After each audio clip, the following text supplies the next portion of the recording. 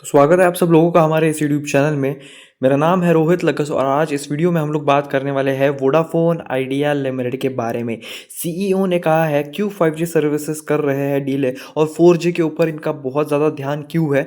ये वीडियो बहुत ज़्यादा इंपॉर्टेंट होने वाला है और जब हम इस वीडियो के कंक्लूजन तक पहुंचेंगे तब आप लोग भी मानोगे कि सीईओ ने जो भी कहा है बिल्कुल सही है। और अगर आप लोग ये वीडियो को एंड तक ज़रूर देखते तो इससे आपका भी यहाँ पे फ़ायदा हो सकता है, तो इस वीडियो को आप लोग एंड तक ज़रूर देखना।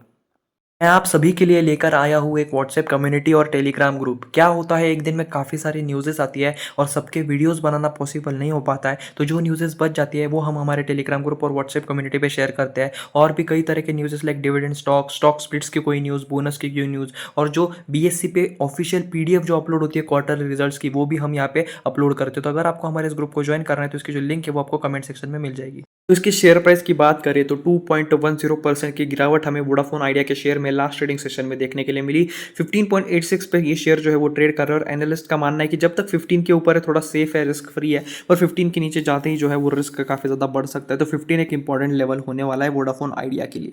तो वोडाफोन आइडिया के जो सीईओ है उन्होंने हाल ही में एक इंटरव्यू में एक बहुत बड़ा बयान दिया, जिस जब मैंने ये आर्टिकल पूरा पढ़ा ना तो मैं भी बहुत ज़्यादा मतलब एग्री करता हूँ इनके जो पॉइंट ऑफ व्यू है, और वही आज इस वीडियो में हम लोग बात करने वाले हैं। तो बेसिकली उन्होंने कहा कि हमारे जो कॉम्पिटिटर्स है लाइक जियो हो गया, भारती एयरटेल हो गया, उनकी 5G ट्रैफिक जो है वो काफ़ी तेज़ी से बढ़ रहे हैं। नए नए सब्सक्राइबर्स उन्हें मिल रहे हैं। जो BSNL वोडाफोन आइडिया के जो पहले यूजर्स थे अब वो स्विच कर रहे हैं जियो और भारती एयरटेल के लिए 5G सर्विसेज के लिए, पर ये कर रहे थे, ठीक है, जब 5G सर्विसेज जो है वो अनलिमिटेड थी। तब जहाँ जो प्राइजेस है वो नॉर्मल 600 650 के आसपास जो है 3 महीने का लगभग 1.5 GB मिल रहा था और ऊपर से आप लोगों को यहाँ पे 5G अनलिमिटेड मिल रहा था। पर अब ऐसा नहीं है। बेसिकली उन्होंने कहा कि there is no metering of the traffic as it is free. जब तक ये फ्री है हम कुछ कह नहीं सकते, ठीक है। उन्होंने सिर्फ यही कहा कि हम इसे कंसिडर भी नहीं कर सकते, ठीक है। द चैलेंजेस और the real growth would be understood when the Telco start charging for 5G।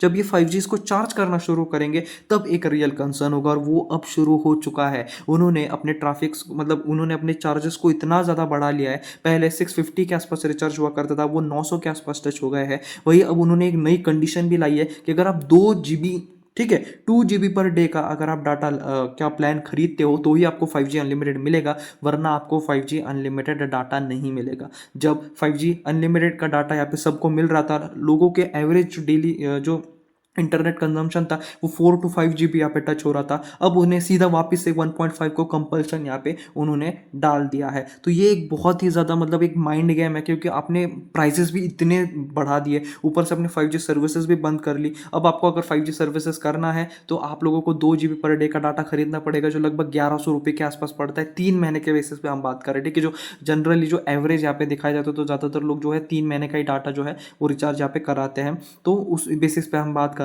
तो इस वजह से इतने ज़्यादा एक्सपेंसिव होने की वजह से अब जो लोग हैं अब वापस से स्विच कर रहे हैं। अब BSNL पे देखने के लिए मिल रहे हैं, काफ़ी ज़्यादा जो लोग हैं अब वापस से वोडाफोन आइडिया की तरफ, वापस से BSNL की तरफ जो है वो मुड़ रहे हैं। क्या आप लोगों को एक ऐसे ग्रुप की तलाश है जो स्टॉक मार्केट रिलेटेड हो, जहां आप लोग भी डिस्कस कर पाओ, अपने क्वेश्चंस को पूछ पाओ, दूसरे स्टॉक मार्केट एंथुसियास्ट से बात कर पाओ? क्या अगर आप लोगों को ऐसे ही ग्रुप की तलाश है तो मैं आप सभी के लिए लेकर आया हूँ एक ऐसा ही ग्रुप जहां आप लोग आपस में बात कर सको, जहां एक डिस्कशन हो, जहां आप लोग एक दूसरे से सलाह ले पाओ। मतलब एक ऐसा ग्रुप जहां सिर्फ और सिर्फ स्टॉक मार्केट की ही बातें हो। आप इसे अपनी स्टॉक मार्केट फैमिली भी कह सकते हो। और अगर आप सभी लोगों को हमारे फैमिली का पार्ट बनना है तो आपको एक छोटी सी नॉमिनल फीस देनी होगी। इसे बहुत ज़्यादा लिमिटेड लोगों के लिए लाना चाहते हैं। सिर्फ और सिर्फ इस ग्रुप में 100 लोग होंगे, जहां एक अच्छा इन्वायरमेंट होगा और आप जैसे ही जेन्युइन लोग होंगे। और इस ग्रुप को ज्वाइन करने की फीस है सिर्फ 100 रुपये। सिर्फ 100 रुपये में मैं आप लोगों को एक ऐसा ग्रुप, एक ऐसी कम्युनिटी दूंगा जहां आप लोग आपके स्टॉक मार्केट फ्रेंड्स के साथ डिस्कशन कर पाओ। तो यहाँ पे सिर्फ 100 स्लॉट्स होंगे, सिर्फ 100 लोगों को ही यहाँ पे जगह मिलेगी, और आपको 100 रुपीज़ पे करके यहाँ पे एंट्री मिलेगी। और इसकी जो UPI ID है आप यहाँ पे देख सकते हो, रोहित लगत 0610@YBL, जो आपको डिस्क्रिप्शन बॉक्स में भी मिल जाएगी। ये आपको पे करना है और पे के साथ आपको एक नोट का ऑप्शन भी दिखेगा, जहाँ पे आपको आपका नाम और आपका फ़ोन नंबर यहाँ पे सेंड करना है, जिससे मैं आप लोगों को ग्रुप में ऐड कर पाऊँ। और उसी बीच उन्होंने कहा one of the challenges we find in the 5G is that for the same usages behaviour particularly in streaming you will end up consuming more data. ये बिल्कुल सही है। जब 4G हम यूज़ करते थे तो बेसिकली आप कितना भी मतलब बेसिकली यूज़ कर लीजिए, आपका इतना इंटरनेट यहाँ पे नहीं जा रहा था। पर जब 5G सर्विसेज शुरू हुई, जब बहुत ज़्यादा इंटरनेट स्पीड आपको अवेलेबल हो रही थी, तो हम थोड़ा भी कंज्यूम करें ना तो बहुत ज़्यादा इसमें MBs में डाटा। अब ये पर्टिकुलरली ना जो बहुत ज़्यादा देखते हैं ना मोबाइल, जिनका इंटरनेट का बहुत ज़्यादा ये इशू रहता है, वो बार बार देखते हैं कि आज दिन में हमारा कितने MB वगैरह बढ़ा, मतलब बेसिकली उड़ गया। तो उन लोगों को ये ज़्यादा अच्छी तरह से जो न्यूज़ है ये समझ आएगी, क्योंकि 5G सर्विसेज जब से शुरू हुई है तब से आपकी जो इंटरनेट का जो मतलब उड़ रहा है ना बेसिकली, वो बहुत ज़्यादा तेज़ी से यहाँ पे उड़ रहा है। जो हम यूज़ करते हैं इंस्टाग्राम हो गया, यूट्यूब हो गया, बाकी छोटी छोटी चीज़ें, कोई डाउनलोडिंग हो गया वगैरह, तो उसमें जो है कंजम्पशन काफ़ी ज़्यादा बढ़ चुका है। तो इस वजह से 5G जो है वो काफ़ी ज़्यादा रिस्पेक्ट, क्योंकि जो लोग 1.5 GB का रिचार्ज करा रहे हैं 5G सर्विसेज पे, उनको तो इंटरनेट यहाँ पे मिल ही नहीं रहा है ज़्यादातर।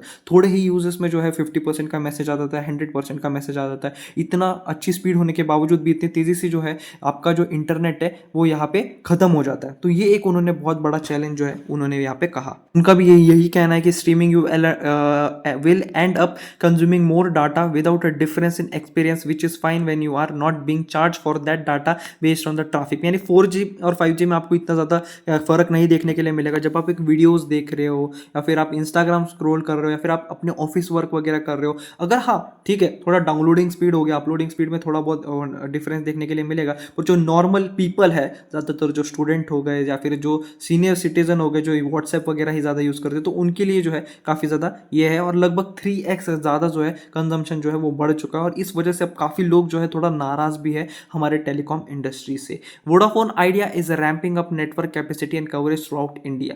The Telco said that post the fund raising they have invested in network capacity and expanding it by 15%।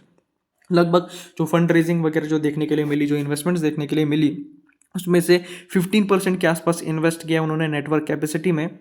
Along with that, with the deployment of L900 band, the indoor coverage in several circles for Vodafone Idea customer is improving। तो जो है वो speed जो है 4G services को ये बेहतर कर रहा है, ठीक है। From a capacity stand point Vodafone idea is fine with 4G। तो उन्होंने कहा है खुद कि वोडाफोन आइडिया जो है वो काफ़ी अच्छा है 4G में, but they are still looking to invest more and some of that will definitely come in the form of 5G investment. यानी आने वाले वक्त में 5G तो ये शुरू करेंगे, पर उनका यही कहना है कि अब जो है 5G सर्विसेज बहुत ज़्यादा महंगे कर दिए गए हैं, प्राइसेस काफ़ी ज़्यादा हाई है।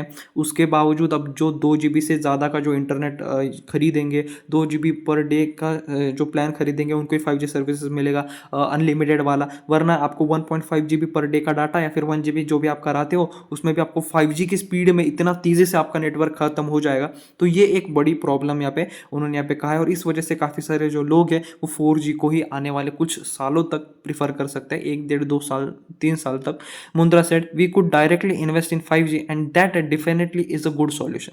Mundra said we could directly, वो डायरेक्टली इन्वेस्ट करेंगे 5G में, और वो एक अच्छा सॉल्यूशन है, and those investment would be made. The only thing which is to be kept in mind is that there would be availability of 5G devices and one may need to still create capacity on 4G depending on how much traffic actually shift to 5G based on the availability of devices। यानी devices के बारे में भी बात किया है, क्योंकि अभी तक मार्केट में बहुत सारे ऐसे लोग हैं जिन्होंने अभी भी 5G से रिलेटेड जो डिवाइस है, 5G अवेलेबिलिटी के जो डिवाइसेस है वो नहीं खरीदे। अभी भी काफ़ी लोगों के पास पुराने ही हैंडसेट है जो 4G ही सपोर्ट करते हैं, तो उनके ऊपर भी अभी थोड़ा जो है वो फोकस है, और वो 5G की तरफ भी काफ़ी ध्यान देने वाले। So that is where it became a little dynamic in nature, but the point that 5G is good solution for capacity that is very clear. मतलब उन्होंने किसी बुराई नहीं की है किसी की।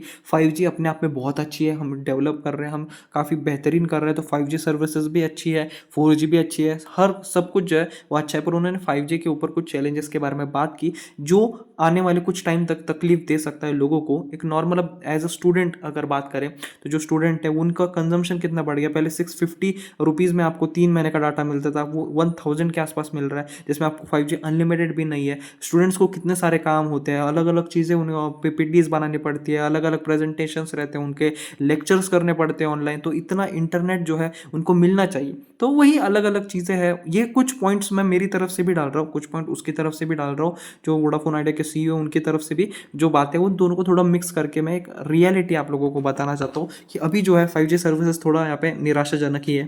तो इस वजह से अभी भी काफ़ी जो लोग हैं वो 4G की तरफ ही देखने के लिए मिल रहे हैं। बहुत बड़ा अमाउंट जो है वो BSNL की तरफ शिफ्ट हो गया, जो बहुत बड़ा ट्रैफिक जो है इन भारतीय एयरटेल का हो गया, जियो का, वो शिफ्ट कर दिया BSNL पे ऊपर। पर BSNL जो है वो बहुत ज़्यादा लैगी है, बहुत ही बुरा इंटरनेट जो है वो प्रोवाइड कर रहे हैं। अब मेरे पास भी BSNL का कार्ड है, मतलब मैं सभी का कार्ड है मेरे पास वैसे देखा जाए तो, जियो, एयरटेल, BSNL। पर BSNL सच्ची में काफ़ी पुअर परफॉर्मेंस देता है, और जब भी लाइट चली जाती है तो काफ़ी बुरा, मतलब चलता ही नहीं, डायरेक्ट कार्ड ब्लॉक हो जाता है। तो उस वजह से जो है अब वो अल्टरनेटिव्स ढूंढ रहे हैं। तो एक वोडाफोन आइडिया भी उनके पास काफ़ी अच्छा ऑप्शन जो है वो बनता है, क्योंकि मतलब लोग जो है वो काफ़ी ज़्यादा नाराज़ है बेसिकली। कोई भी नहीं कहेगा यार आपने 600 का रिचार्ज 1000 का कर दिया, उसमें आप 5G अनलिमिटेड भी आपने बंद कर दिया, और सब तो आपके मन की हो नहीं सकती। तो यही काफ़ी ज़्यादा लोग जो है वो नाराज़ है। तो अब जो है थोड़ा स्विच वगैरह देखने के लिए मिल रहा है, किसी के ट्रैफिक का एक बहुत ज़्यादा देखने के लिए मिल रहा है, किसी के कम। अब ये जो है ये जुलाई का जो डाटा है ना वो बहुत ज़्यादा इंपॉर्टेंट होगा। जुलाई के डाटा में हमें पता चलेगा कि वोडाफोन आइडिया के कितने ट्रैफिक हाइक रहे। जून में तो थोड़ा नेगेटिव था, पर जुलाई एक इंपॉर्टेंट मंथ है